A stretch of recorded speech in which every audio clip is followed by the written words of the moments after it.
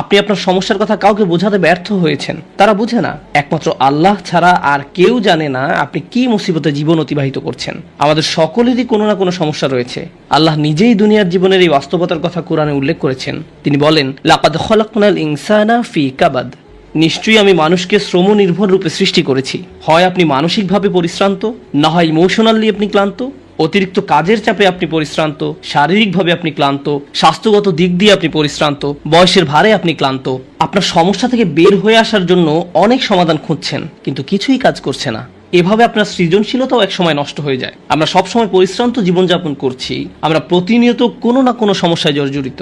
এই সমস্যাগুলো আমাদের চিন্তা শক্তির বেশিরভাগ অংশ দখল করে রাখে। অনেক সময় ইতিবাচক চিন্তা করার জন্য নিজের উপর জোর খাটাতে হয়, কারণ আপনি যদি জোর করে ইতিবাচক চিন্তা না করেন, তাহলে নেতিবাচক চিন্তাগুলো সবসময় এসে আপনার মাথায় জড়ো হয়ে থাকে।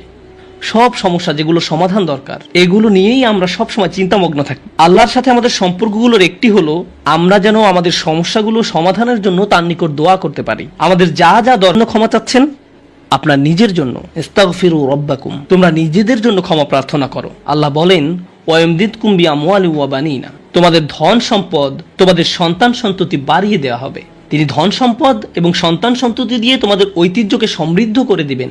এমন সম্পদ নয় যা আপনাকে আল্লাহর কাছ থেকে দূরে সরিয়ে দিবে, কারণ এই টাকা দেওয়ার কথা এসেছে আপনার ক্ষমা চাওয়ার প্রেক্ষাপটে। তিনি আপনাকে ভালো অর্থ দিবেন যা আপনার জন্য দুনিয়াতে এবং পরকালে কল্যাণ নিয়ে আসবে। তিনি আপনাদের ভালো সন্তান দান করবেন যারা আপনার জীবিত থাকা অবস্থায় ভালো কাজ করবে, তারা আপনাদের সম্মান করবে, ভালোবাসা দেখাবে, আনুগত্য করবে, আপনি তাদের দেখে গর্বিত হবেন। এমনকি আপনি এই দুনিয়া ছেড়ে চলে গেলেও তারা ভালো কাজ করতে থাকবে, যা সাদাকায়ে জারিয়া হিসাবে আপনার আমলনামায় এসে যোগ হবে। আল্লাহ আপনাকে এই সব কিছু দান করবেন। প্রসঙ্গত এই দুই শব্দ, অর্থ এবং সন্তান সন্ততি, ইন্নাহুম আসাউনি ওয়াত্তাবাউ মান লাম ইয়াজিদহু মালুহু ওয়া ওয়ালাদুহু ইল্লা খাসারা, আমার সম্প্রদায় আমাকে অমান্য করেছে আর অনুসরণ করেছে এমন লোককে যার অর্থ ও সন্তান সন্ততি কেবল তার ক্ষতি বৃদ্ধি করেছে।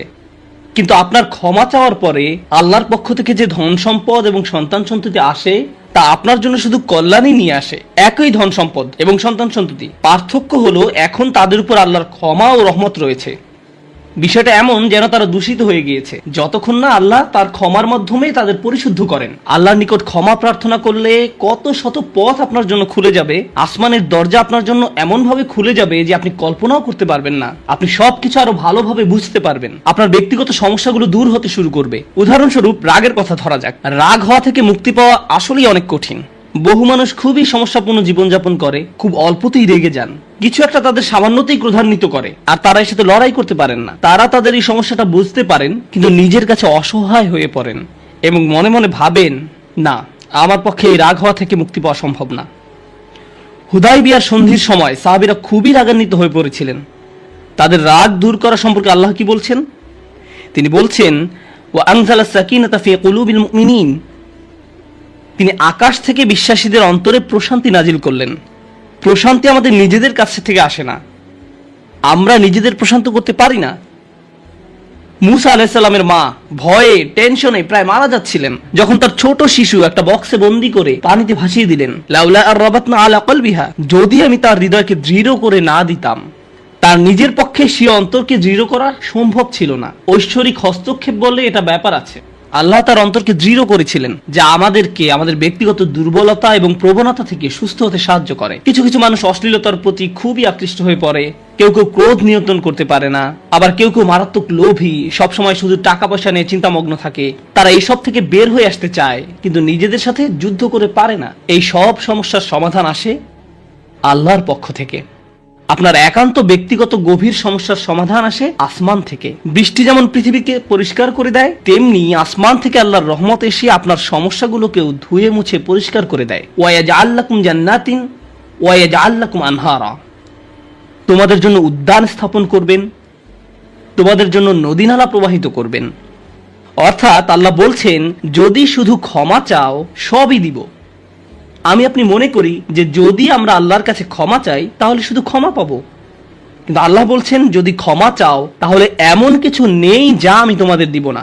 বিষয়টা এমন যে আপনি ইচ্ছা করলে এক এক করে বিভিন্ন জিনিস চাইতে পারেন, অথবা শুধু ক্ষমা চান তাহলে সবই পাবেন।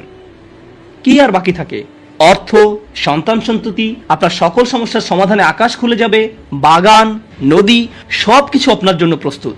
মানুষ সাধারণত মনে করে যে যদি তার আল্লাহর ক্ষমা চায় তাহলে এটা শুধু তাদেরকে পরকালে সাহায্য করবে, কিন্তু এই আয়াতগুলো আমাদের বলছে না।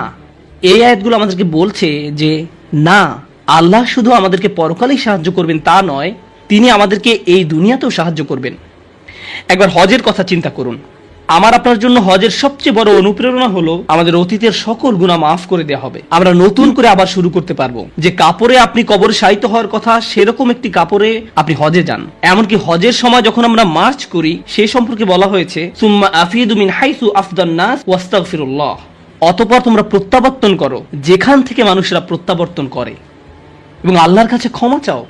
হজের মূল বিষয় হলো আল্লাহর নিকট ক্ষমা চাওয়া, এটাই হজের মূল উদ্দেশ্য।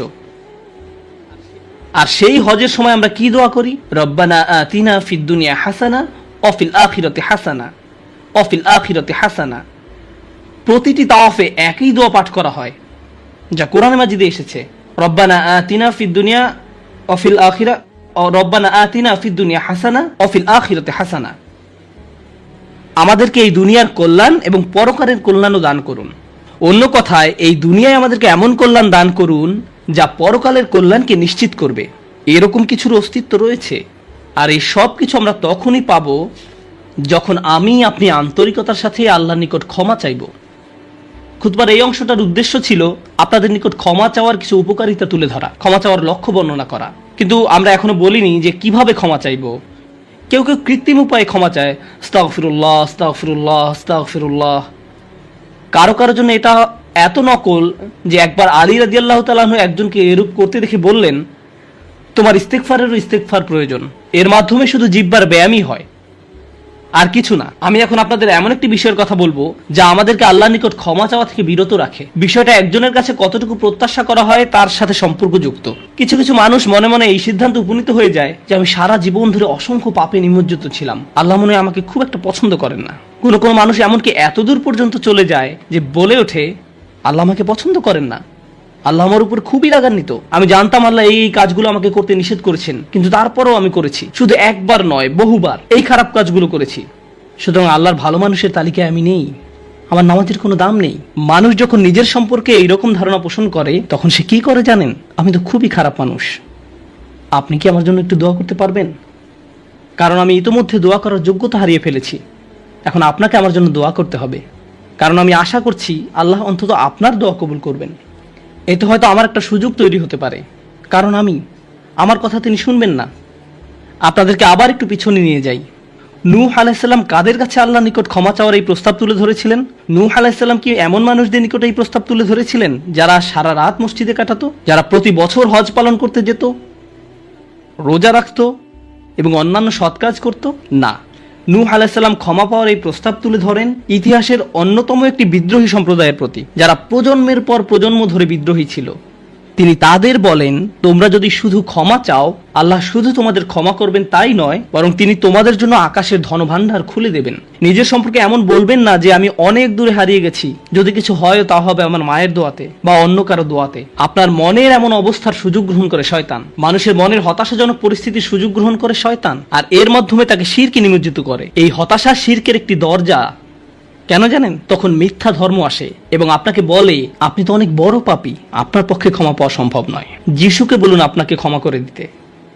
আপনি যিশুর সাথে ভালো সম্পর্ক করুন, তিনি আল্লাহর সাথে আপনার সম্পর্ক ভালো করে দিবেন। আল্লাহ এবং আপনার মাঝখানে যিশু এসে দাঁড়াবে, অথবা তারা অন্য কাউকে মাঝখানে দাঁড় করাবে, বলবে অমুক পীর, তার কবরের কাছে গিয়ে কিছু চকলেট রাখো। তাহলে তিনি আল্লাহকে বলবেন আপনার সমস্যার সমাধান করে দিতে। আপনি এখন আল্লাহর সাথে কথা বলতে পারবেন না, কিন্তু ওই পীর তিনি আল্লাহর প্রিয় বান্দা, তাই আপনি তার মাধ্যমে আল্লাহর কাছে আপনার দরখাস্ত পেশ করুন। এভাবে শিরকের দরজা খুলে যায়। অন্য কথায় আল্লাহর সাথে আমাদের সরাসরি যোগাযোগের মূল বিষয়টি তাওহীদের মানেই হলো সরাসরি যোগাযোগ। লা ইলাহা ইল্লাল্লাহ একই কথা বলে, আর এই সব কিছুর মূল কথা হলো আপনার যা প্রয়োজন তা সরাসরি আল্লাহর নিকট প্রার্থনা করুন। যে বিষয়টি আমাদের সকল প্রয়োজন পূরণ করবে তা হলো আল্লাহর নিকট ক্ষমা প্রার্থনা করা। এখন এই ক্ষমা চাওয়াটা দুই ভাবে হয়ে থাকে, জিহ্বার মাধ্যমে ক্ষমা চাওয়া এবং অন্তরের মাধ্যমে ক্ষমা চাওয়া। মানুষ সাধারণত নিজের পক্ষে যুক্তি দিয়ে থাকে। আমি যদি কোনো কারণে আপনার সমালোচনা করি, যেমন ধরুন কাউকে বললাম এই যে আমি আপনাকে অমুক অমুক কথা বলতে শুনেছি, সে তাৎক্ষণিক হয়তো বলে উঠবে এক্সকিউজ মি, আমি এমনটা বোঝাতে চাইনি, আপনি তো পুরো ঘটনাটা জানেনই না, আপনি সাথে সাথে নিজের পক্ষে যুক্তি দিতে শুরু করেন, আত্মরক্ষামূলক হয়ে ওঠেন।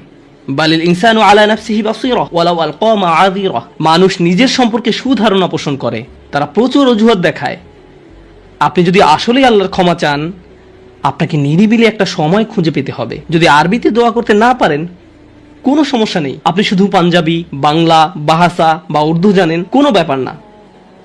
আপনি আপনার নিজস্ব ভাষাতেই আল্লাহর সাথে কথা বলুন, আন্তরিকতার সাথে আপনার অপরাধগুলো স্বীকার করুন, কোনো অজুহাত দেখাবেন না। এরকমটা করতে পারা আসলেই কঠিন, কারণ আয়নার সামনে দাঁড়িয়েও আমরা নিজের সাথে মিথ্যে কথা বলি, নিজেকে এভাবে প্রবোধ দেই, আমি আসলে অত খারাপ না, আমি যা যা করেছি তার কারণ আছে। যখন আপনি আল্লাহর সামনে দাঁড়াবেন, নিজের কাজের বৈধতা দেওয়ার কথা ভুলে যান। আল্লাহ জানেন আপনি কি অবস্থার মধ্যে দিয়ে যাচ্ছেন, তিনি জানেন এটা কঠিন সময় ছিল, তিনি জানেন অমুক অমুক বিষয় আপনাকে সম্পূর্ণ গ্রাস করে ফেলেছিল। ইয়া রব, আমি অনেক চাপের মধ্যে ছিলাম তাই মদ খেয়েছি। তিনি আপনার সবগুলো অজুহাত সম্পর্কে আপনার চেয়ে ভালোভাবে জানেন। আপনাকে অকপটে তার নিকট আসতে হবে, ফিল্টার ছাড়া, কোনো দ্বিধাদ্বন্দ্ব ছাড়া, নির্দ্বিধায়, কোনো রকমের বিব্রত বোধ করা ছাড়া। অনেক সময় আমরা নিজেদের পাপ স্বীকার করতে বিব্রত বোধ করি, এক রাশ লজ্জা এসে আমাদের জড়িয়ে ধরে। কিন্তু যতক্ষণ না আপনি আল্লাহর নিকট অকপটে সকল পাপ স্বীকার করে নিচ্ছেন, আর এভাবে যখন নিজের উপর যে অন্যায়গুলো এতদিন ধরে করে এসছেন তা আপনি মুখ দিয়ে উচ্চারণ করতে শুরু করবেন, আমার বিশ্বাস করতে কষ্ট হয় যে সে সময় আপনার চোখ দিয়ে কোনো অশ্রু নির্গত হবে না। একজন মানুষের পক্ষে এটা অসম্ভব যে সে আল্লাহর সামনে এভাবে নিজেকে খোলাখুলি উপস্থাপন করবে আর তার চোখ দিয়ে কোনো অশ্রু বের হবে না, কারণ এটা দুর্বলতা প্রকাশের সময়। দুনিয়ার সামনে আমরা সাধারণত নিজেকে শক্তিশালী, আত্মবিশ্বাসী এবং দিব্যি সুস্থ হিসেবে উপস্থাপন করি। সবাই আমাদের দেখে মনে করে সবকিছু ঠিক আছে, কিন্তু ভেতরে ভেতরে যে আমি বহু সমস্যায় জর্জরিত তা একমাত্র আল্লাহ জানেন। আপনাকে সকল জড়তা কেটে তার নিকট সম্পূর্ণ খোলাখুলিভাবে নিজেকে উপস্থাপন করতে হবে, আর কেবল তখনই আপনি আল্লাহর নিকট ক্ষমা চাওয়ার অবস্থানে যেতে পারবেন। তারপর সিজদায় গিয়ে কাঁদতে থাকুন। তখন এটা শুধুমাত্র আস্তাগফিরুল্লাহ আস্তাগফিরুল্লাহ বলার মতো হবে না, এটা হয়ে উঠবে আল্লাহর সাথে একটি সত্যিকারের কথোপকথন, আল্লাহর নিকট সত্যিকার অর্থে পাপ স্বীকার। এটা খুবই শক্তিশালী একটা অনুশীলন, চেষ্টা করে দেখুন। আপনাকে একটা নিরিবিলি সময় খুঁজে পেতে হবে। নিশ্চিত করুন যে কেউ আপনার কথা শুনছে না। আপনার স্ত্রী বিছানায় শুয়ে আছে, এমত অবস্থায় মাঝরাতে ঘুম থেকে উঠে এভাবে দোয়া করতে পারবেন না, ইয়া আল্লাহ আমাকে ক্ষমা করে দিন, কারণ আপনার স্ত্রী তো আপনার দোয়া শুনতে পাচ্ছে। এভাবে করাটা নিষিদ্ধ নয়, কিন্তু একা একা দোয়া করা আপনার জন্য ভালো হবে। মোট কথা, নির্জন কোনো জায়গা খুঁজে বের করুন যেখানে আপনি একান্তে আল্লাহর সাথে কথা বলতে পারবেন। যদি আপনি এক গাদা আরবি দোয়া মুখস্থ করেন যার অর্থও আপনি জানেন না, আর বিড়বিড় করে সেগুলো উচ্চারণ করতে থাকেন, রব্বানা আতিনা ফিদ দুনিয়া হাসানাতাও ওয়া ফিল আখিরাতি হাসানাতাও, সে দোয়াগুলো অবশ্যই উত্তম এবং শক্তিশালী, কিন্তু আপনার অন্তরের সাথে যদি সেগুলোর কোনো যোগাযোগ না থাকে, শুধু জিহ্বা দিয়ে উচ্চারণ করছেন, তাহলে আপনি আসলে ক্ষমা প্রার্থনা করছেন না। আল্লাহ আপনাকে এই জিকিরের পুরস্কার দান করুন, কিন্তু এর নাম আসলে ইস্তেগফার বা ক্ষমা প্রার্থনা নয়। ইস্তেগফার অন্য কিছু। যখন আপনার চক্ষু খুলে অশ্রু নির্গত হতে শুরু করে, তখন আকাশের দরজা খুলে যায়, তখনই সেটা খুলবে। এই দুইটার মাঝে একটা কানেকশন আছে। সর্বশেষ যে বিষয়টি আমি আপনাদের সাথে শেয়ার করতে চাই তা হলো আল্লাহর উপর আশা ধরে রাখা। অনেকের জন্য এই বিষয়টা মেনে নেওয়া বেশ কঠিন যে আল্লাহ তার কথা শুনবেন, আমার দোয়া তার নিকট গুরুত্বহীন, আমি দোয়া করার কোনো অর্থ দেখি না। আপনাদের একটা কথা বলে রাখি, আল্লাহর নিকট থেকে আপনি সর্বশ্রেষ্ঠ যে উপহারটি পাবেন তা কি জানেন? ক্ষমা। এটাই সর্বশ্রেষ্ঠ উপহার। আপনি এটার মূল্য উপলব্ধি করুন আর নাই করুন, আর যা কিছু আল্লাহ আপনাকে দিবেন বলেছেন এর সবই অতিরিক্ত। আপনাদেরকে একটা উদাহরণ দিই। আমার অনেকগুলো সন্তান আছে। ধরুন আমার এক সন্তানের উপর আমি খুবই অসন্তুষ্ট, সে কোনো একটা অন্যায় করেছে, আমি খুবই রাগান্বিত হয়ে আছি, আমার বিশ্বাস করতে কষ্ট হয় যে তুমি এটা করেছো। এভাবে আমি তাকে কিছুটা বকাঝকা করলাম, তোমার এটা বলা উচিত হয়নি, তোমার এটা করা উচিত হয়নি। তার পরের দিন অন্য এক সময় আমার জন্য তার কিছু একটা করার কথা, যেমন আমার জন্য একটা কার্ড বানানোর কথা যাতে লেখা থাকবে বাবা আমি তোমাকে ভালোবাসি। সে জিনিসটা আঁকলো, কিন্তু তারপর কি মনে করে এই কাগজটা টুকরা টুকরা করে ময়লার বক্সে ফেলে দিল। এটা দেখে তার অন্য ভাই বলল, তুমি এটা ফেলে দিলে কেন? জবাবে সে বলল, বাবা আমার উপর খুবই রাগান্বিত, তিনি এটার প্রতি কোনো গুরুত্ব দিবেন বলে মনে হয় না। আমি যদি জানতাম যে সে বিষয়টাকে এভাবে দেখছে, তাহলে আমি কি করতাম? আমি কি এভাবে বলতাম যে হ্যাঁ ফেলে দাও?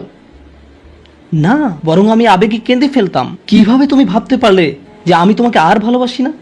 হ্যাঁ তুমি অন্যায় করেছো, তুমি ভুল করেছো, কিন্তু তুমি এখনো আমার সন্তান। তুমি 1000 বার ভুল করলেও আমি তোমাকে ভালোবাসবো। আমাকে ওই কার্ডটি দাও, আমি সেটা ফ্রেমে বাঁধিয়ে রাখবো, ময়লার বাক্স থেকে নিয়ে গ্লাসে আটকিয়ে রাখবো, সারা জীবন ধরে যত্ন করে রাখবো। কেন? কারণ আমি আমার সন্তানদের ভালোবাসি, তারা যতই ভুল করুক না কেন, এমন কি যদি তাদের আচরণ আমাকে রাগান্বিতও করে। এটা শুধু আমি এবং আমার সন্তানদের সম্পর্ক, কিন্তু আমি আমার আর সন্তানদের নিয়ে কথা বলছি না। এই উদাহরণের মাধ্যমে আমি কথা বলছি আমার এবং আল্লাহর সম্পর্ক নিয়ে। আমি ভুল করি, আল্লাহ এমনকি আমাকে বকাঝকাও করেন না। আমি ভুল করার কারণে তিনি আমার উপর বজ্রপাত করেননি, তিনি আমাকে জাহান্নামে নিক্ষেপ করেননি, তিনি আমার হার্টবিট বন্ধ করে দেননি। যখনই আমি মিথ্যে বলি আমি বোবা হয়ে যাই না। প্রতিবার হারাম কিছু খেয়ে ফেলার কারণে আমার হাত অবশ হয়ে যায় না। হারাম কিছুর দিকে তাকানোর কারণে আমি অন্ধ হয়ে যাইনি। তিনি এখনো দিয়েই যাচ্ছেন। আর আমি কিনা চিন্তা করতে শুরু করলাম যে আল্লাহ আমাকে আর ভালোবাসেন না। আল্লাহর সাথে আমার সম্পর্ক একসময় ভালো ছিল, কিন্তু এখন যেহেতু আমি খারাপ হয়ে গিয়েছি তাই ভালোবাসাও এখন হারিয়ে গেছে। তাহলে দোয়া করার কি অর্থ আছে? মনে রাখুন, আল্লাহর মতো কেউ আপনাকে ভালোবাসে না। আমি আমার সন্তান বা পিতামাতার প্রতি যে ভালোবাসা প্রদর্শন করি তা আল্লাহ তাআলা আমার ভেতরে দিয়েছেন। আমরা এমনি এমনি কাউকে ভালোবাসতে সক্ষম নই। ভালোবাসা আল্লাহর পক্ষ থেকে একটি উপহার। যদি আল্লাহর দুইটি সৃষ্টির মাঝে ভালোবাসা এত দৃঢ় হয়, আমাদের পক্ষে কল্পনাও করা সম্ভব নয় যে আমাদের জন্য আল্লাহর ভালোবাসা কত প্রগাঢ়, যে আমাদের জন্য আল্লাহর ভালোবাসা কত গভীর। কেউ এর বিপরীত বললে তার কথায় কান দিবেন না। একমাত্র যে মনে করে আল্লাহ তাকে ঘৃণা করে, তার কোনো আর আশা নেই, সে হলো শয়তান। সে এটা বিশ্বাস করে। তার ক্ষমা চাওয়ার কোনো কারণ নেই, কারণ তার সকল আশা হারিয়ে গেছে আর সে নিজের সম্পর্কে এটা মেনে নিয়েছে। এখন আপনি যদি নিজের সম্পর্কে এরকম মনে করেন, তাহলে কার পথ আপনি অনুসরণ করছেন? একবার চিন্তা করে দেখুন। যদি আদম আলাইহিস সালাম জান্নাতে থাকা অবস্থায়, আর জান্নাতের চেয়ে উত্তম কোনো জায়গা তো আর আপনার পক্ষে থাকা সম্ভব নয়, তারপর তিনি একটি ভুল করলেন আর আল্লাহ আযজা ওয়া জাল্লা তাকে দুনিয়াতে পাঠিয়ে দিলেন। এখন আদম আলাইহিস সালাম যদি এরকম চিন্তা করতেন, আমার এত বড় একটা ডিমোশন হয়ে গেল, আমি কিভাবে আল্লাহর সাথে আবার কথা বলবো? আমি তাকে এত হতাশ করার পর কিভাবে কথা বলবো? কিন্তু আল্লাহ তাকে শিখিয়ে দিলেন কি করতে হবে, কিভাবে তার অন্তর আবার ঠিক করতে হবে। রব্বানা যালামনা আনফুসানা ওয়া ইল্লাম তাগফির লানা ওয়া তারহামনা লানাকুনান্না মিনাল খাসিরিন। জান্নাতের তুলনায় দুনিয়া তো কিছুই না। তিনি জান্নাত থেকে দুনিয়ায় এলেন, এত দূর নেমে আসা সত্ত্বেও এখনো তিনি আল্লাহর নিকটেই আছেন। এই শব্দগুলোই আল্লাহর সাথে তার সম্পর্ক আবার জুড়ে দিল। দোয়ার উপর আস্থা হারাবেন না। এত দূর নেমে আসা সত্ত্বেও এখনো তিনি আল্লাহর নিকটেই আছেন। আন্তরিকভাবে আল্লাহর কাছে কিভাবে দোয়া করবেন তার প্রস্তুতি এখনই শুরু করুন। মনে রাখুন, আল্লাহ আপনাদের সবার দোয়া শুনবেন। উজিবু দাওয়াতাদ দাঈ ইযা দান। এই ঘোষণাটি রমজান মাসের। আমি আহ্বানকারীটাকে সাড়া দেই যখন সে আমাকে ডাকে। এটা আল্লাহর অঙ্গীকার। আর আমি আপনি এক নম্বর যে দোয়াটি করব তা হলো ক্ষমা চাওয়ার দোয়া। আল্লাহ আমাদেরকে এমন মানুষে পরিণত করুন যারা সত্যিকার অর্থে ক্ষমা চায়। আল্লাহ আমাদের। আজকের এই আলোচনাটি এই সপ্তাহে একজনের প্রশ্ন দ্বারা অনুপ্রাণিত। একজন আমার কাছে এসে বলল, বাল্যকাল থেকে আল্লাহ আযজা ওয়া জাল্লার সাথে তার গভীর সম্পর্ক ছিল।